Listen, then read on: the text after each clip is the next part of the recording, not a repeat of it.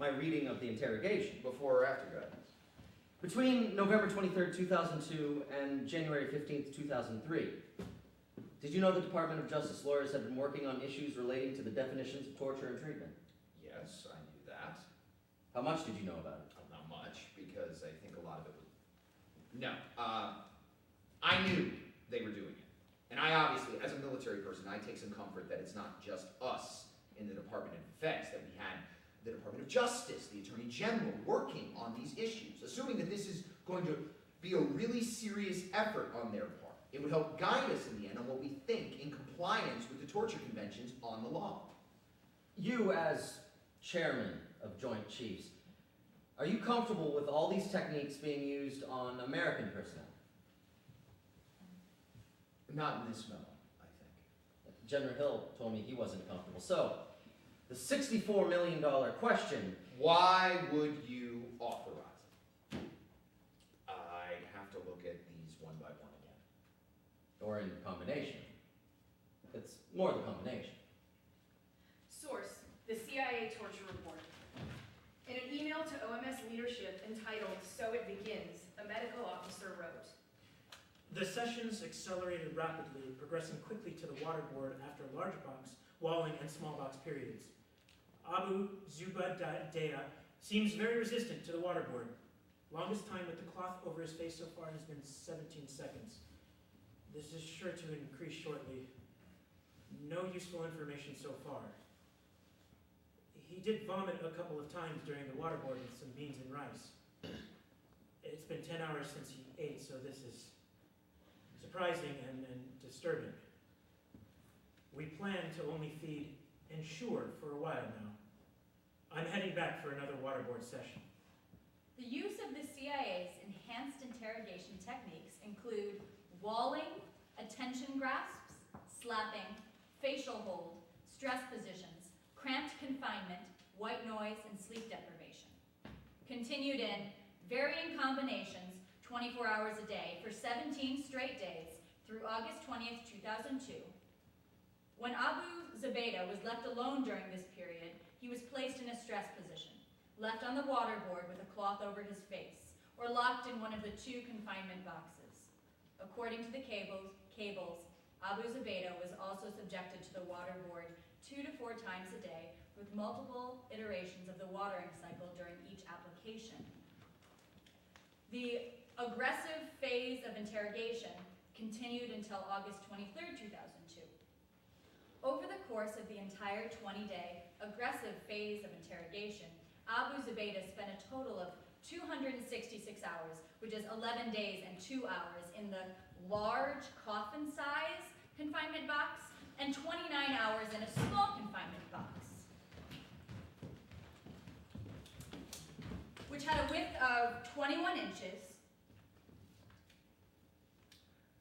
a depth of 2.5 feet, and a height of 2.5 feet.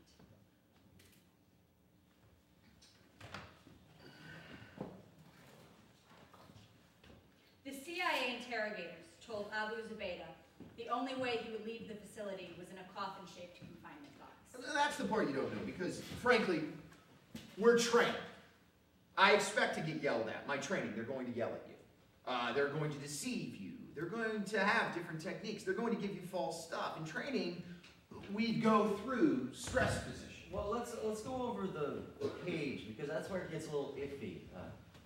Forced grooming, dogs. Dogs were only to be present, never to be, it can exploit phobias, claustrophobia. In my training, that's what we do. See, if you're claustrophobic, removing all your comfort items, that's what folks went through in Vietnam. From hot rations to meals ready to eat, removal of clothing would be less fun, but forced grooming, the last 2 here are a little, that last one in particular, you know, in general, I think that's how we train. Those are the kinds of things we train against. There was never a physical injury there. But if American personnel were, you could take British detainees in Iran. If they were subject to this, what would your reaction be? Inappropriate. We'd be yelling and shouting. We don't even want their photographs taken. Is the explanation for all of this? But I think that all of these are in the military manual. They're not.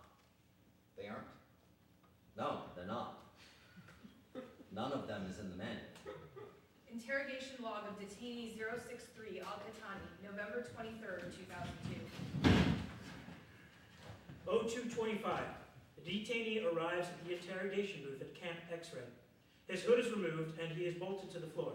Sergeant A and Sergeant R are the interrogators. A DoD linguist and Major LBSCT are present. 0235, session begins. The detainee refuses to look at Sergeant A due to his religion. This is a rapport building session. 0240 detainee states he's on a hunger strike. Sergeant A explains the effects of a hunger strike on the body. Sergeant A runs Love with Brothers in Cuba approach. 0320, the detainee refused to answer whether he wanted water. Sergeant R explained with emphasis that not answering disrespects Sergeant A and embarrasses him. The detainee said no, he didn't want water. The detainee continues to say he's on hunger strike. 0345. The detainee dozed off during a break. Sergeant R woke him up. 0355, Sergeant R wakes up detainee again. 0450 interrogators take a break. Detainee goes to the bathroom. 0520, interrogation resumes. The detainee refuses food and water. 0540. Sergeant A begins 9/11 theme. The detainee asks to pray and he is refused. 0550, detainee drinks a bottle of water and states after this he is on a strike. He refuses food. 0620 interrogators take break to discuss theme. 0630, interrogation resumes. Sergeant A continues with 9/11 theme. 0700. Sergeant R emphasizes frustration over detainee's refusal to speak. Sergeant R denies detainee's request to pray. 0707, detainee requests to go to the bathroom.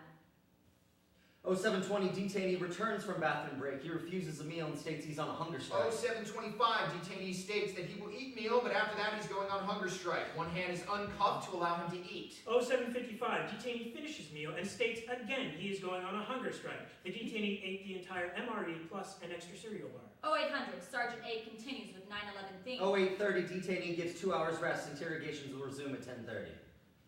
0835, observations. Detainee attempts to control the interrogation by complaining about his treatment, his mental illness, and his separation from his brothers in Cuba. When shown articles of 9/11, the detainee looked at pictures attentively. The detainee was repeatedly told that he is a man, and part of being a man is accepting responsibility for your actions. Whenever the detainee said that it's God's will for him to be sitting in front of me, having to acknowledge and accept responsibility for his actions, the detainee went as far as to state that his religion forbids him to even speak to a woman. 10:35. The detainee is awakened and secured in chair.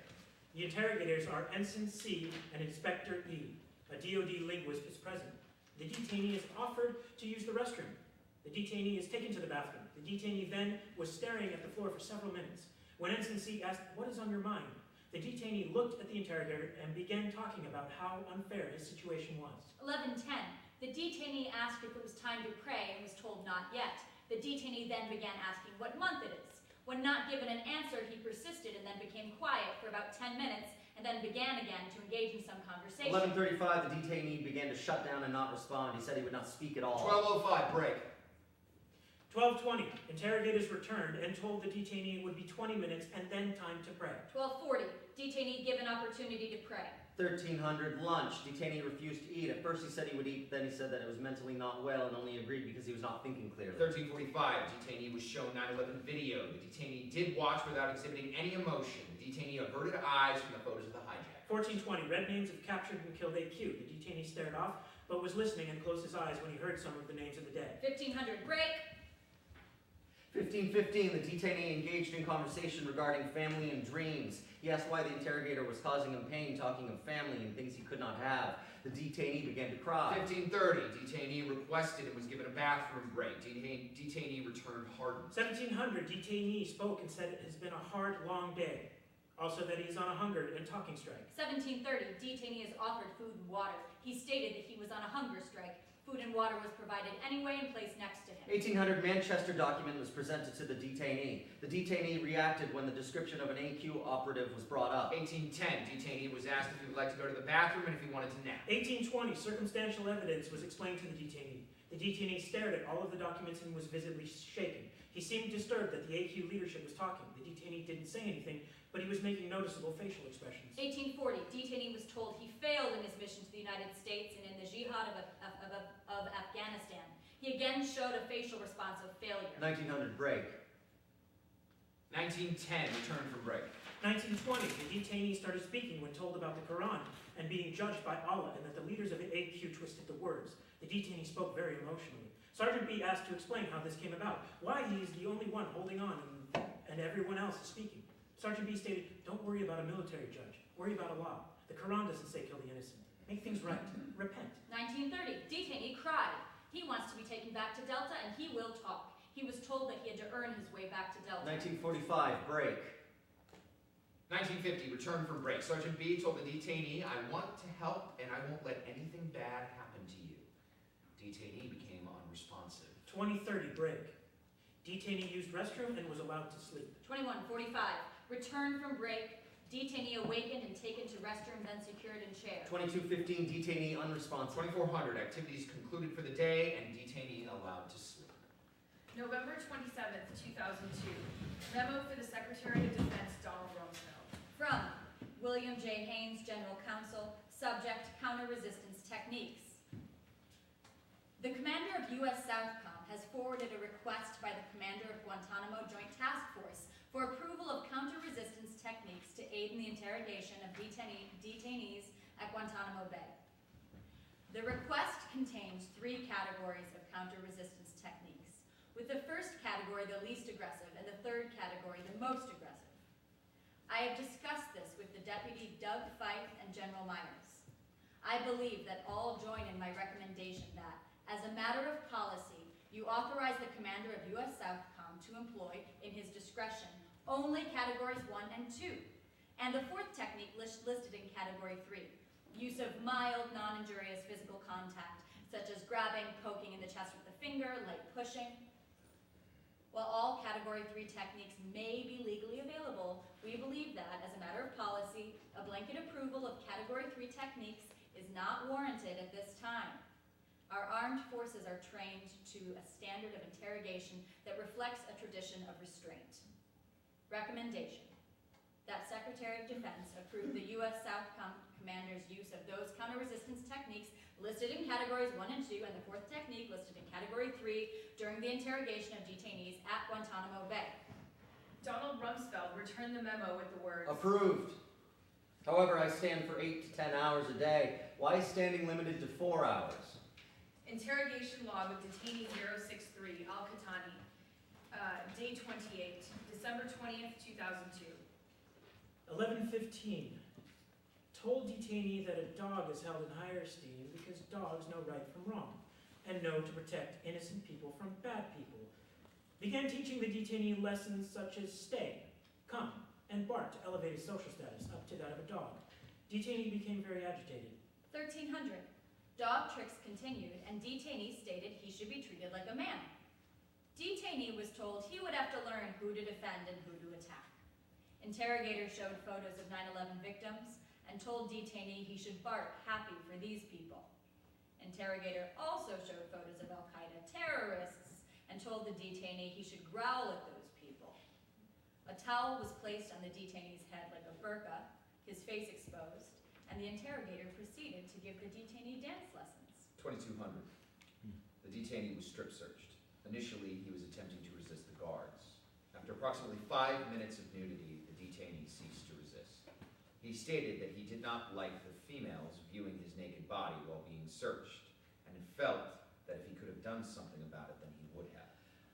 I called Steve Morello, the Army's General Counsel. Morello said he had information. I know a lot about this, he said. We met the same day, December 19th. I went into his room and Morello shut the door, and we sat at his circular table. Morello pushed the papers across. Look at this, he said. Don't tell anybody where you got it. Morello showed me a copy of the Haynes memo, signed by Rumsfeld, with Dunleavy's memo. I was horrified by what I read, by the list of techniques, by the absence of limits. I was astounded that the Secretary of Defense could get within 100 miles of this issue. There was no interagency legal review. The documents never got to me as the General Counsel of the Navy or other senior military lawyers in the Navy. I was looking for the language of limitations. It just wasn't there. A couple days later, I went to see Haynes. fundamental problem with your memo, I told him, is that it was completely unbounded. It failed to establish a clear boundary of prohibited treatment. I told him that Rumsfeld's handwritten comment about standing would cause problems. Even if it wasn't intended to be jocular, lawyers would interpret it otherwise. In court, Rumsfeld would be asked whether the words were a coded message, a written nod and a wink to interrogators, that they should not feel bound by the limits set in the memo, but consider themselves authorized to do what is necessary to obtain the necessary information. And Haynes listened to me.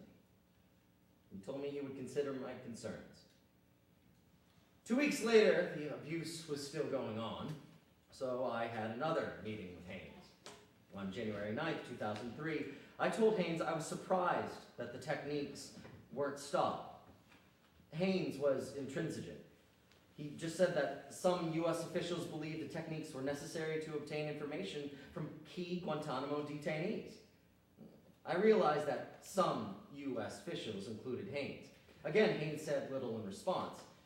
I felt I made no headway. Haynes was impassive in the face of all the points I made. The possibility of media leaks, the dangers of altering the U.S. military's core values and character, the risk of federal courts exercising criminal jurisdiction. The British experience in applying virtually the same techniques against the IRA, which the European Commission on Human Rights had ruled to be torture, and the risk of the U.S. being seen to have jettisoned its commitment to human rights, a core element of its foreign policy since the Second World War. Protect your client, I told Haynes. I had no idea what impact I made, and he promised to get back to me, but didn't say when. A week later, nothing had changed. I woke in the morning of Wednesday, January 15th, determined to do something. I decided to up the ante, to put my concerns in writing. My conclusion was unequivocal. Even the misperception that the U.S. government authorizes or condones detention or interrogation practices that do not comply with our domestic and international legal obligations probably will cause significant harm to our national legal, political, military, and diplomatic interests. I delivered the draft menu to his office. I followed it up with a telephone call to say I had signed off on the memo late that afternoon. At 3 in the afternoon, I went to Haynes. We sat at the circular desk in his office. He had the manila envelope with my draft memo in it. The flap was open. He pushed the envelope over to me, and he said, I don't know what you're trying to do with this. Surely you must know what impact your words have had on me. I said, I have no idea what your views are. He chuckled. Yeah, I guess I'm kind of silent. We looked at each other. He must have been worried about how I was interpreting that, because then he said, well, you will be pleased to know that the Secretary is considering rescinding the authorizations. I hesitated. I didn't say anything. Jim hesitated a few seconds. He must have thought I was thinking that wasn't good enough, so he said, I know. Let me talk to the Secretary, and I'll call you back.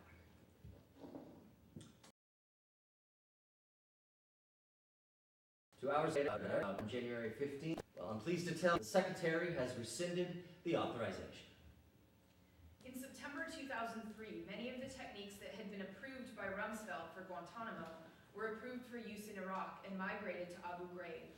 Conclusion of the U.S. Army report of detainee abuse in Abu Ghraib. The Pentagon's multiple policies on interrogation operations for use in different operations confused Army and civilian interrogators at Abu Ghraib.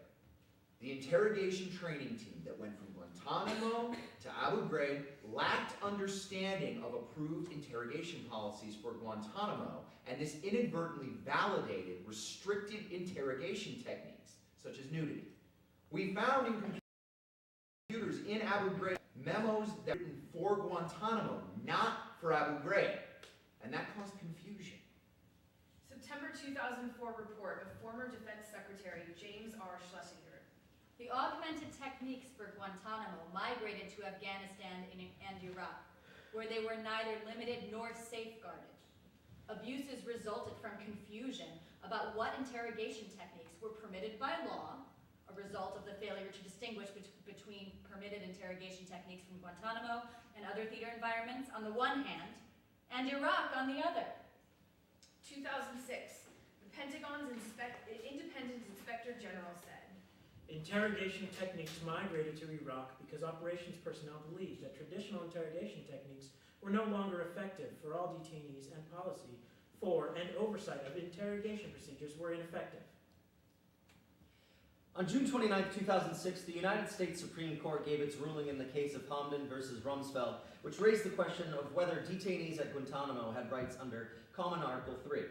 By a clear majority, the court ruled that Bush administration's decision on Geneva was unconstitutional and that all the detainees of Guantanamo were entitled to the protections of Common Article 3 of the Geneva Convention.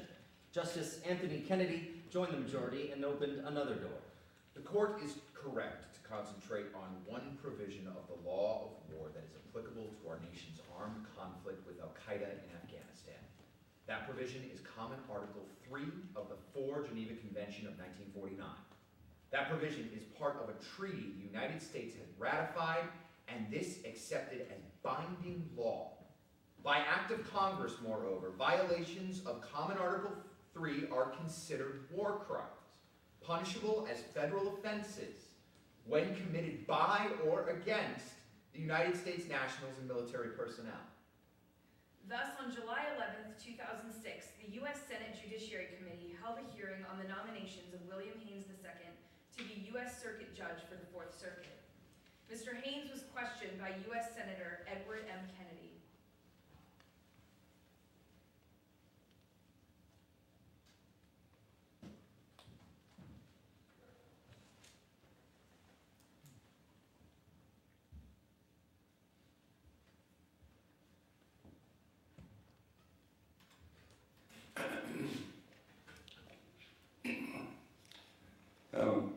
Thank you, Mr. Chairman. 2 years ago, when our committee met to consider Mr. Haynes for the Fourth Circuit, I opposed his nomination, and since then, we've learned far more about him, and despite his consistent refusal to provide additional information or even to appear before this committee or any of the other committees in his capacity as General Counsel of the Department of Defense, and every new piece of information has strengthened the case against him. Time and again, some of the most fundamental questions of law and diplomacy that have come before the Department of Defense, Mr. Haynes has displayed a shocking failure of legal and moral leadership. It is astounding that the administration would continue to press the nomination, even though the subordinates who have followed the policies that he authorized have gone to prison. At the Pentagon, Mr. Haynes works closely with David Addington and Joseph Yu and others to develop and implement policies on prison detention, executive power, and torture that made a mockery of the rule of law. And based on incompetent legal reasoning, these actions represented such an appalling bad policy that most of them have been categorically repudiated by the Congress, the Supreme Court, and even the President himself. On torture, Mr. Haynes was personally responsible for the adoption of the Biden torture memoranda as official Defense Department policy. First pursuing a harsh interrogation policy without consulting career military lawyers, he subsequently yielded to significant internal pressure and convened a working group to study the use of harsh interrogation techniques at Guantanamo, but later he secretly forwarded a sham version of the working group's final report to Secretary Rumsfeld that closely followed the Biden torture memo, without even informing the dissenting administration and career military lawyers who were supposed to be members of the working group. Yale Law School Dean Harold Coe testified before the committee has called the Biden torture memoranda perhaps the most clearly legally erroneous opinion I've ever heard, and a stain on our law, and has been repudiated by the administration and the Attorney General. Mr. Haynes also failed to provide. In the summer of last year, I met with a European judge and a European prosecutor who asked that their identities remain confidential. They spent several hours looking at the materials. Who exactly is William J. Haynes II? What does it mean to be General Counsel? He was the most senior lawyer in the Pentagon, the person who gave legal advice directly to the Secretary of Defense. As a matter of practice within the Pentagon, was he the one who approved the techniques of interrogation as being lawful? He was. And how how had he concluded that the application of these techniques were not an outrage upon personal dignity, or cruel, or even torture within the meaning of Common Article 3? President Bush had decided that Common Article 3 could not be invoked by the Guantanamo detainees, and so Mr. Haynes had felt no need to ask himself the question. Was Mr. Haynes involved in the President's decision on Common Article 3? He was. Did he support that decision? My understanding is that he did. Let's look at Article 4 of the Torture Convention. It criminalizes an act by any person which constitutes complicity or participation in torture. Do you think that the giving of legal advice or signing off on the legality of techniques which the lawyer should know would be used on a particular detainee can amount to complicity or participation? It is quite clear that the lawyer who gives such legal advice is not treated as an accomplice. It is as though he is the author of the act. So in theory, he could be criminally responsible under your country's application of Geneva. Not in theory, but in reality. Because the lawyer has the same responsibility as the interrogator. I agree. The lawyer has a responsibility, the same responsibility, because he acts with the decision maker. This is a long established principle. It goes back to Roman law. Wow.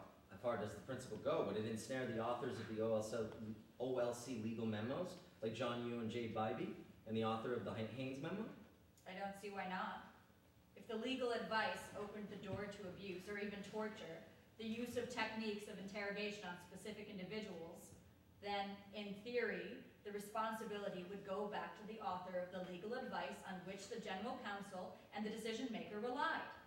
Does it make any difference if the facts are limited to a single detainee over a period of 54 days rather than many detainees over many years? What do you mean?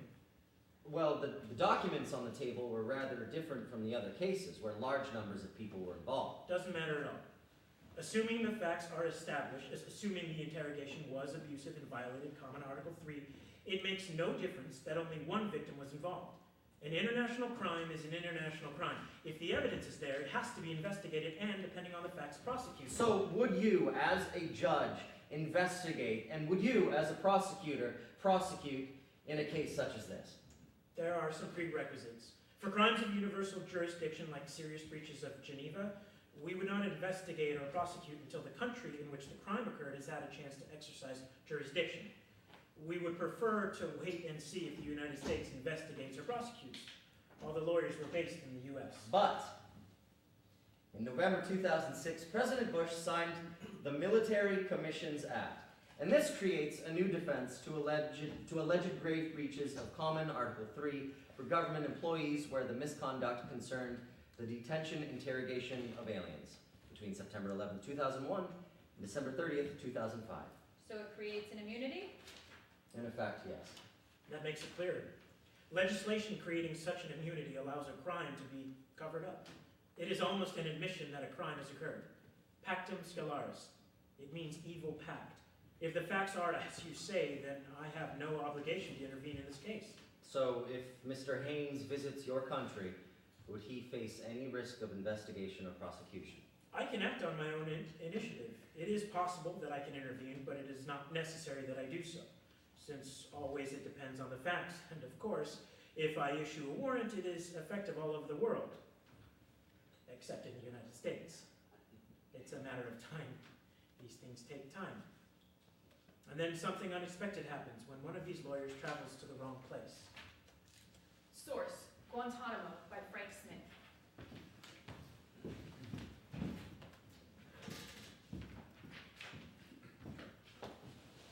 The man says he has nothing to say and wants to proclaim his innocence. The man has no business here. I have no business here, he says. The man says he should never have been called before this tribunal. He is innocent. He does not know why he is here. The man begs, again, that we recognize his innocence. The man says he has young children and has always wanted to support the new government. To tell the truth, the Taliban oppressed us, says the man. The man says again, you're good people, you respect human rights. Whoever denounced me also stole money from the Americans. Whoever denounced me, I believe, is a friend of the Taliban. When the Americans came to my house, they ordered me to lay on the ground, and I obeyed. They isolated me for 2 days and beat me severely. Since then, I am sick, said the man. The Americans beat me so badly, I'm afraid I can no longer function sexually, to the point that I don't know if I'm still able to make love to my wife. Since then, I'm really very sick. I can't control my urination, and sometimes use toilet paper so as not to soil my pants. He says again. The man resumes speaking and says he will not complain as long as there is justice and honesty. To you, I assign no blame, and I'll let you be the judge, he says. I am just saying that I am very innocent, says the man at the end. Source, an op-ed written by Joseph Margulies, co-counsel for Abu Zubaydah, published in the LA Times, April 30th, 2009. Partly as a result of injuries he suffered while he was fighting the communists in Afghanistan, partly as a result of those injuries were exacerbated by the CIA, and partly as a result of this extended isolation, Abu Zubaydah's mental grasp is slipping away. Today he suffers blinding headaches and has permanent brain damage. He has an excruciating sensitivity to sounds, hearing what others do not. The slightest noise drives him nearly insane. In the last 2 years alone, he has experienced about 200 seizures. But physical pain is a passing thing. The enduring torment is the taunting reminder that darkness encroaches. Although he cannot picture his mother's face or recall his father's name, gradually his past, like his future, eludes him. Source, 5 Years of My Life by Murat Kurnaz. I entered the tent. What they were going to do to me now. They hadn't used electroshocks during my last few interrogations. They'd hit me as always, but that was it. At least it was warm in the tents. On the table, there was a shallow blue plastic bucket about 20 inches in diameter, full of water. I didn't know the interrogator. There were 3 officers there to ask me questions with 2 soldiers as guards and assistants. So you still don't want to tell the truth? Said one of the officers. We'll make you talk. I knew what was coming. They pushed my head into the plastic tub. It's like bobbing for apples, I thought. Back in grade schools in Heimelingen, we had bobbed for apples at school parties our teachers had organized. It was a simple game. There was an apple floating in a bucket of water. You put your hands behind your back, and you tried to fish it out using your teeth. Whoever succeeded first won the game. But there was no apple in this bucket. I wasn't afraid, but I was very nervous. I didn't know whether I was going to survive. I thought of something I'd learned within the tablets at the mosques in Pakistan. It was the words of the Prophet Abraham as he was about to be cast into the flames. He is your protector. What a splendid protector. Someone grabbed me by the hair. The soldier seized my arms and pushed my head underwater. In Islam, there is an idea that anyone who is forced to suffer a death by drowning will be given a great reward in the afterlife because it's a difficult way to die. I tried to think about that while they held my head underwater. Drowning is a horrible way to die. They pulled my head back up. Do you like it? You want more? You'll get more, no problem. When my head was back underwater, I felt a blow to my stomach. I had to exhale and cough. I wanted to breathe back in, but forced myself not to, and I suppressed the urge to cough. Still, I inhaled a bit of water and could hardly hold my breath. Where is Osama? Who are you? I tried to speak, but I couldn't. More. I felt blows to my stomach and against my back. I swallowed some water. It was a strange feeling. I don't know whether the water went to my lungs. It became harder and harder to breathe. The more they hit me in the stomach and pushed my head underwater, I felt my heart racing. It didn't let up. I tried to answer their questions when I managed to get a breath of air, but all I could manage was yes and no. I was choking. I felt like I was going to vomit. Then I coughed and spat. I was dizzy and nauseous. When they pushed my head under again, hit me in the stomach, I imagined myself screaming underwater. I would have told them everything, but what was I supposed to tell them? I don't know.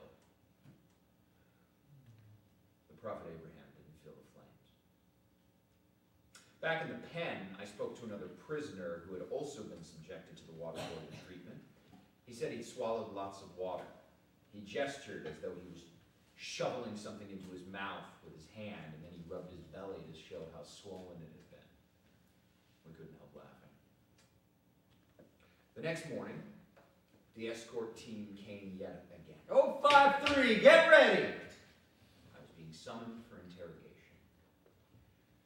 They led me to the hangar where we were usually given the emeries. What I was doing there, I asked myself. They took me down a long corridor, then opened a door made of corrugated aluminum and pushed me inside. It wasn't a room, just a pen, enclosed by aluminum and chain link fence. Hanging from a beam was a hook, like one used in butcher shops. A chain dangled from the ceiling. The soldiers took the chain and ran it underneath my handcuffs. They looped the chain over the hook like a block and tackle and fed it into a winch. I was hoisted up until my feet no longer touched the ground. They clamped the chain to the beam and then left without a word, shutting the corrugated aluminum door behind me. The cuffs cut off the blood to my hand. I tried to move, tensed my shoulders, hunched my head into my neck, and swung my legs. I tried to climb up the chain. I raised my legs and was able to maintain that position a while, but then I had to lower them and wait.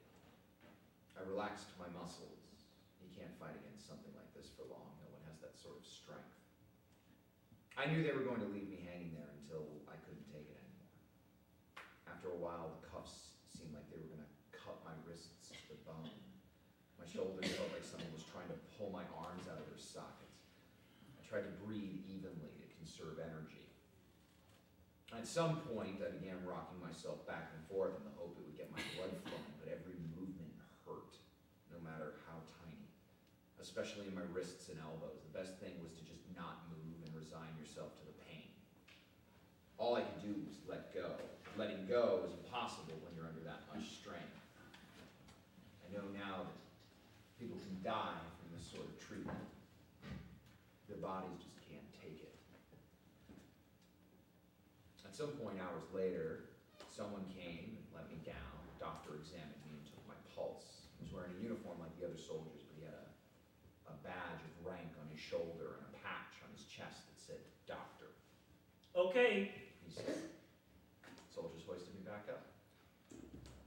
3 times a day, soldiers came with the doctor and lowered me in the morning, in the afternoon, and at night. At least I think it was morning, afternoon, and night. Source: Interviews with Mohammed El-Irani.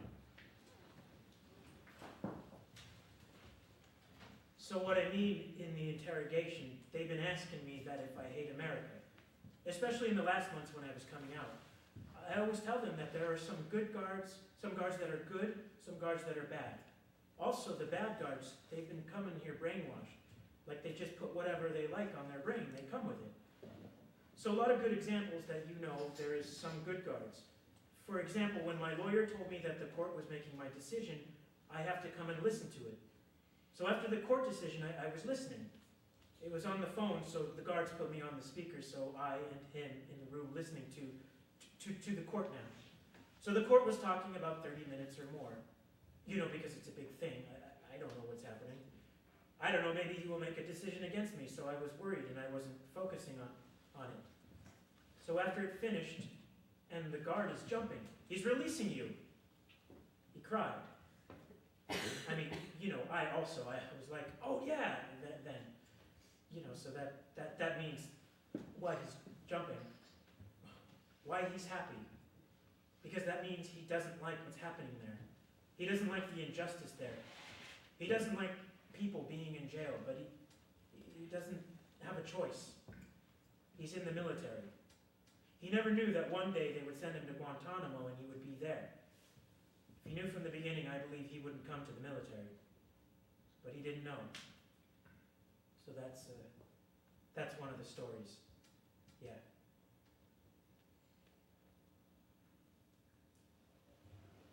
Thanks very much, sir.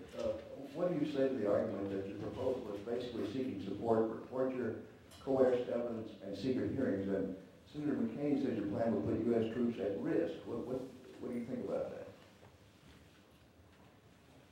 This debate is occurring because of the Supreme Court's ruling that said that we must conduct ourselves under the Common Article 3 of the Geneva Convention. And that Common Article 3 says that there will be no outrages upon human dignity. It's very vague. What does that mean? Outrages upon human dignity. That's a statement that is wide open to interpretation. And what I'm proposing is that there be clarity in the law so that our professionals will have no doubt that that which they're doing is legal. And so the piece of legislation I set up there provides our professionals that which is needed to go forward. The first question that we've got to ask is, do we need the program?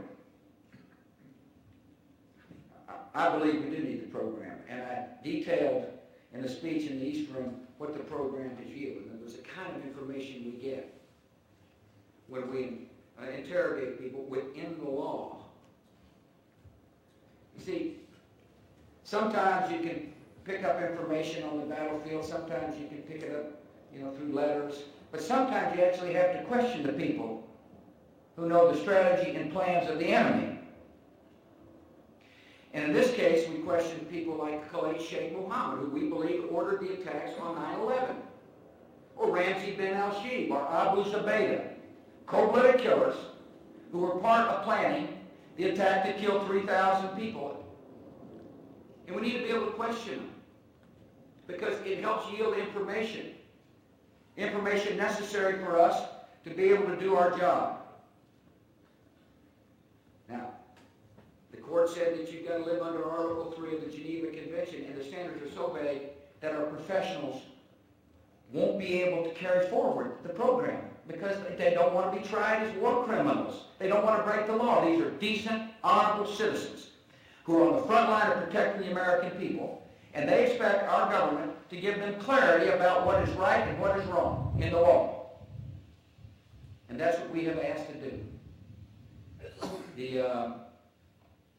We believe a good way to go is to use the amendment that we worked with John McCain on, called the Detainee Treatment Act, as the basis for clarity for people we would ask to question the enemy. In other words, it is a way to bring U.S. law into play. It provides more clarity for our professionals. And that's what these people expect. These are decent citizens who don't want to break the law. Now, this idea that somehow, we've got to live under international treaties, and that's fine, we do. But oftentimes, the United States government passes law to clarify obligations under international treaty. What I'm concerned about is if we don't do that, then it's very conceivable our professionals could be held to account based upon court decisions in other countries. And I don't believe Americans want that. I believe Americans want us to protect the country, to have clear standards for our law enforcement, intelligence officers, and give them the tools necessary to protect us within the law. It's an important debate, Steve. It really is. It's a debate that really is going to define whether or not we can protect ourselves. I will tell you this. I've spent a lot of time on this issue.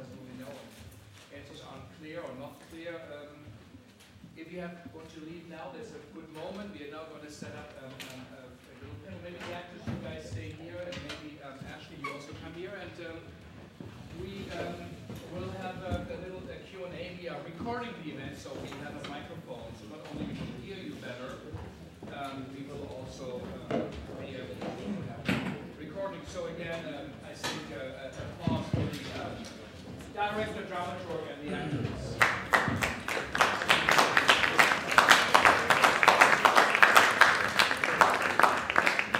And we thought we'd go right away into questions or have a town hall meeting. So are there questions or comments or something to add? If not, I'll start.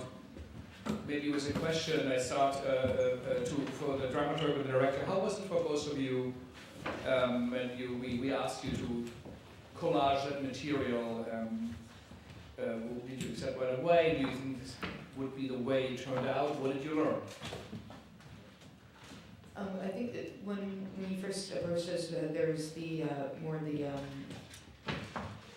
piece about with Tony Blair and the invasion of Iraq, and then there was a suggestion of looking at the Feinstein report, and also. Yeah, I think we didn't really see this. Diane Feinstein's the report she put out. It came out on the December 14th, I think, right? Yeah. The CIA torture report. Senate Select Committee on Intelligence Hearings. And also this book, the Guantanamo book down here at the end, and looking at those pieces and also the Blair piece, they're two separate issues. They're two separate pieces. One is looking at the invasion of Iraq and hypothetically puts Tony Blair on trial for going along with the Bush administration in the invasion of Iraq. And then this other piece that Sans works on in this book, he has a book called Torture Team, which is more of this material. And there was a while where we were trying to see if we could put the two together somehow and have Blair be prominent part of this evening. But there are a lot of things that have happened, and there are two separate articles and there's two separate issues, all of which should be talked about, but we didn't want to confuse issues that are already quite complex and confusing. So we decided to go just with this route of enhanced interrogation techniques. And even in this, we mention Abu Ghraib in the end, but it's not a part of, this is specifically about Guantanamo. And so we didn't even get into secret detention centers and all this other material. We actually did try to streamline it to one particular subject. Yeah, as we sort of got into this material, I guess the thing that just became clearer and clearer to me was two things. One is how little information we actually do have about this stuff publicly. The report that's 500 pages in that book over there is a summary of a 1,600-page report, which is still classified information. And even in that report, many of the details about where exactly they took detainees and who exactly was involved have been redacted. So just that we really do know so little about this publicly, and that even the public information out there is so complex and so confusing. And the more kind of we got into it, I thought, what the less that I know, really. And then the other thing is just that just our looking back at the video of Bush, for example, and looking back at stuff from about 10 years ago, thinking about because of this lack of information, our evolving understanding of what is going on in the Middle East, of these issues as they relate to us, of how people there actually think and feel and act in relation to the U.S. Was also really fascinating and made me think of what we're going to be looking back on in another 5 to 10 years with regard to this moment that we're in now. What surprised you? What did you find you weren't expecting, both of you? Maybe the actors, what surprised you guys? What we're working on. These guys came in and have done an incredible job today working through all this material. But we definitely had, I think that actually the rehearsal process yielded a lot of that because it's, you actually, as you're reading through the material, you have to stop and then go, okay, wait, what actually are we saying? What are actually the points that are being made or that are being avoided in a lot of cases? and I mean, none of us have law degrees clearly, so so a lot of this was just trying to figure out how is it that people use a language that we all kind of know, and to get to their points in a way that makes things flow in their direction. So we had a lot of moments that I think that these guys would actually be able to talk about things that surprise them. I think maybe. I know one of the things that okay, nice. I know one of the things that surprised me, the thing that stuck out to me very early on is they bring up that thing about 24 being an influence. The movies, like the idea that a show influences enhanced interrogation techniques and how terrifying that is. Because I remember watching, like, you watch the show and it has those elements to it, but it's like that. I feel like that was so clearly defined as, you know, a show and not a reality. And then you've got people bringing it up as like, well, what if we try some of this stuff? You know, Jack Bauer does it, so why can't we? And that's humorous, but also very terrifying at the same time, and very surprising to me. Oh shit. What was surprising for me, I guess, was how much they were making it all up as they were going along. Every character in this, you know, world or whatever. I would take comfort in the fact that, oh, they know, these military people know a little bit about their handbook, their manual, or that these lawyers know a little something about the law, but it seemed like everyone's just kind of bullshitting their way through, or just excuse my language, or just making it up as they go along, and that to me was both surprising and just downright scary. Yeah, I mean, the only thing, the idea of there is a big reality in kind of the idea of there's a new paradigm, and Bush's memo speaks specifically about this even more, and the idea of making it up as we go along. But it's interesting also to see that there are a lot of places where people are actually trying to apply rule of law and trying to figure out what that is, and I think that was the thing that Meropi and I were also very interested in, is kind of like, I mean, I think that we have some assumptions about where we lie on this issue, but to kind of complicate that a little bit more, you know. And part of it is like people are very afraid, and what's surprising to me actually right now is that people are still afraid, and that's the thing that's most surprising to me, is that the fear that is driving that has driven a lot of these decisions, that continue to drive a lot of these decisions, and that permeates our political discussion today, that's a cause of great concern for me, and I think that's the biggest thing that I wanted to get out of this experience and of sharing this material, is that, you know, coming out of making any decisions out of a place of fear is never a very good idea, and it continues to happen. I mean, just to be really, like, the one really specific thing that just kind of shocked me was, like, hearing the measurements of the small box in which these people were kept for upwards of a day. Like, when we were researching, you know, because it's described so clinically and specifically, and then I sort of read through those measurements again and was like, how big is that actually? And, like, you know, to sort of internalize this very technical idea in more of a visceral way was actually really shocking.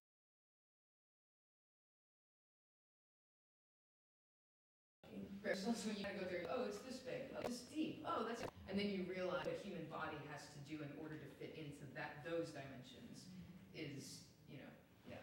And for how long again? For how long was that person was supposed to be? 29 hours. 29 hours. It was 29 hours. Yeah, maybe let's put up some light, a bit more light for the audience, and maybe some comments. I think once I said I'm going to ask a question, I saw some hands up here. Could you take the microphone, please, and maybe say who you are? It's for the recording. We would like to record it, and so we can hear you better. Thought should be diverted to the fact that we heard the most awful things, and I'm sure all of us are going to go home sick to our stomach and completely shocked and ashamed.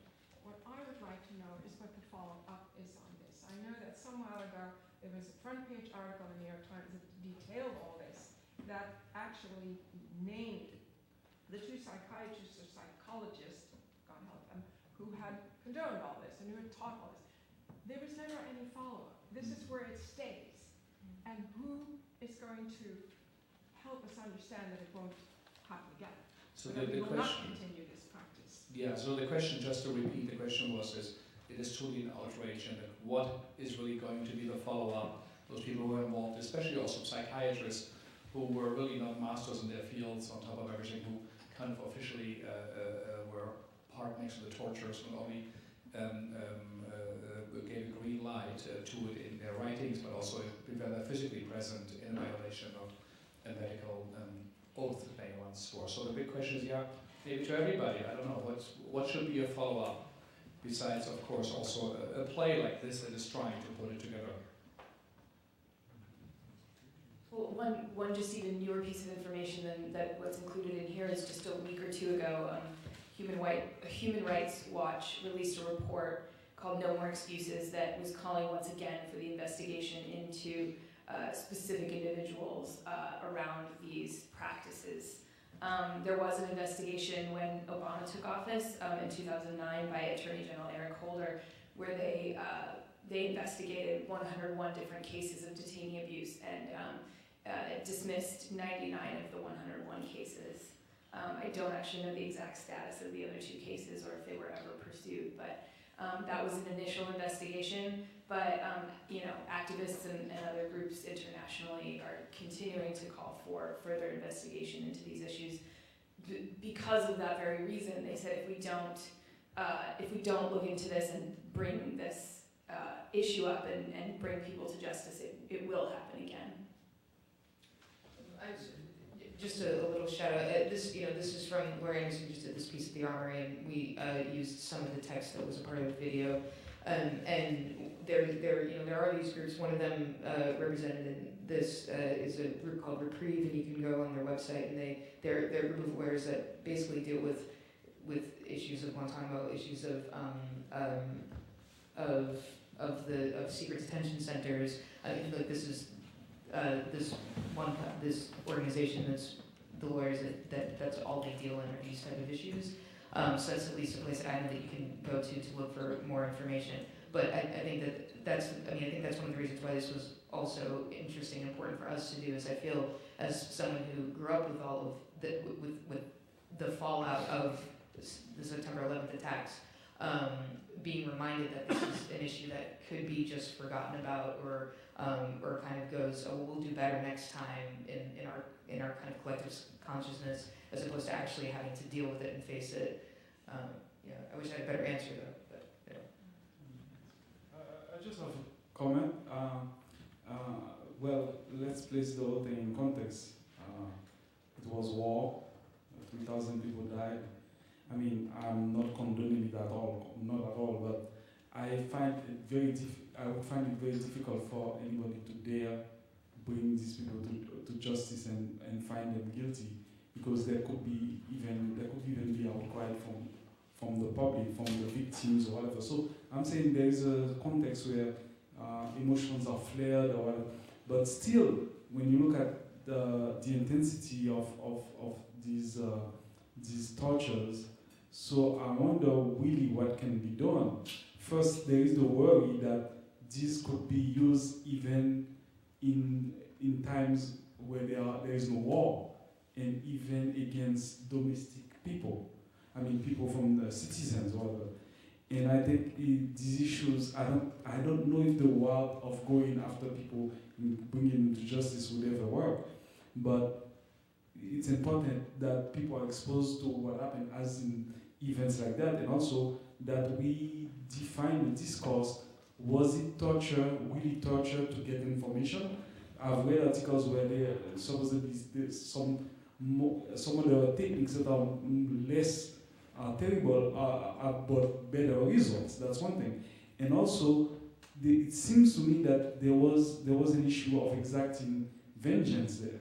Okay, and not only that, there was sadism, because you hear so much stuff that you don't take it in. 29 hours in a box like that, that's a whole day, a whole night, and some more. Could it be that you got it wrong?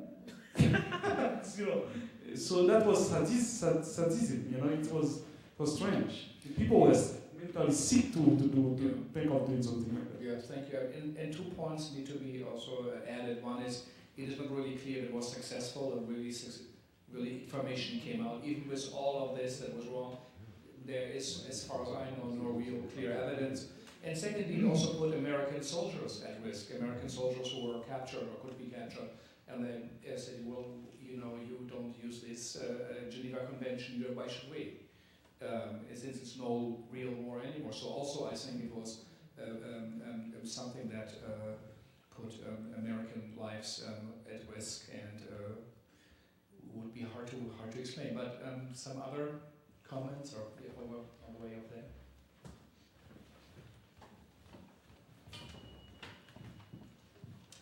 A couple things. I just want to say my dad had Alberto Mora's job in the 50s and helped to write the Uniform Code of Military Justice, and he would turn over in his grave if he knew any of this. But I've been wearing an orange ribbon on my coat since 2007. It was an Amnesty International project about Guantanamo to start conversations, and so I recommend everybody do that. But if anybody saw the movie this year called The Stanford Prison Experiment, what struck me was the Stanford students who were assigned to act out the part of guards. They seemed to be acting like they were in a movie, like they had seen too many movies about Southern sheriffs beating blacks, and so they started, guys from the North started talking with a Southern accent and with a drawl, and they just started acting like brutal sheriffs. And I wonder whether these soldiers sometimes can't tell fiction from reality and, have seen too many TV shows or something.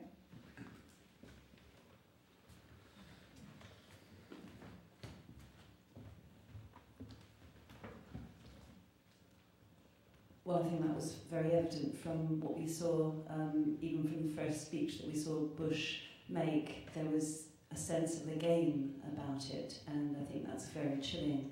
But, in answer to, or,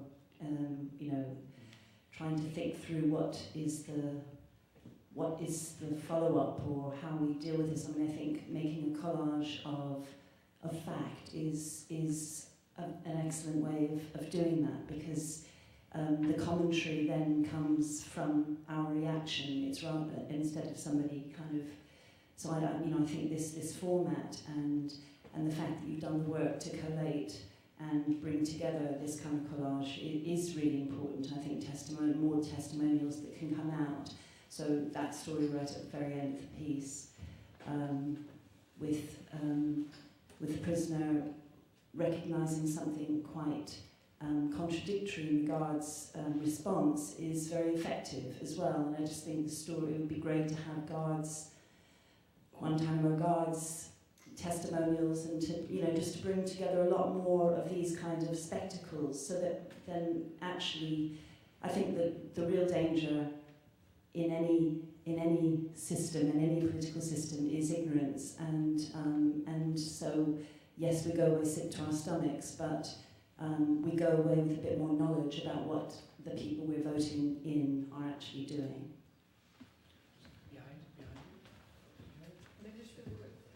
I'm for afterwards, if you want to look at it, there's a section in the report that we didn't get to include that actually has a list of some of the guards responding to what they're witnessing, what they're doing, and it's a lot of kind of what the prisoner sees, and it's quite chilling. And if we had, I kind of was like, oh, I think we're done now, but I'll open to that page so you can take a look if you'd like. Another comment over there? One of the videos, Bush was speaking about clarification of the ruling. Was there ever a clarification, and what was said to clarify the Geneva Convention on torture? It was an amendment from McCain, from the David Act. So was it passed? Wait, I'm sorry, what's the... It was a question of how clear Article 3 is, because he talks about how vague it is. Yeah, my apologies. take a mic. Yeah, sorry. This is actually really poor dramaturgy on my part. Just theatrically, I thought it would be nice to bookend with the Bush clips. But basically the clip at the very end happened after the events that are at the conclusion of the piece. And the conclusion of the piece ends with it was rescinded. That ended up happening. But then in addition, there was this other bit. Did you just open that? Yeah. Which basically gives, which allows the people involved in this to have, they have immunity based on. I think Matt Hurley should read it. No, yeah.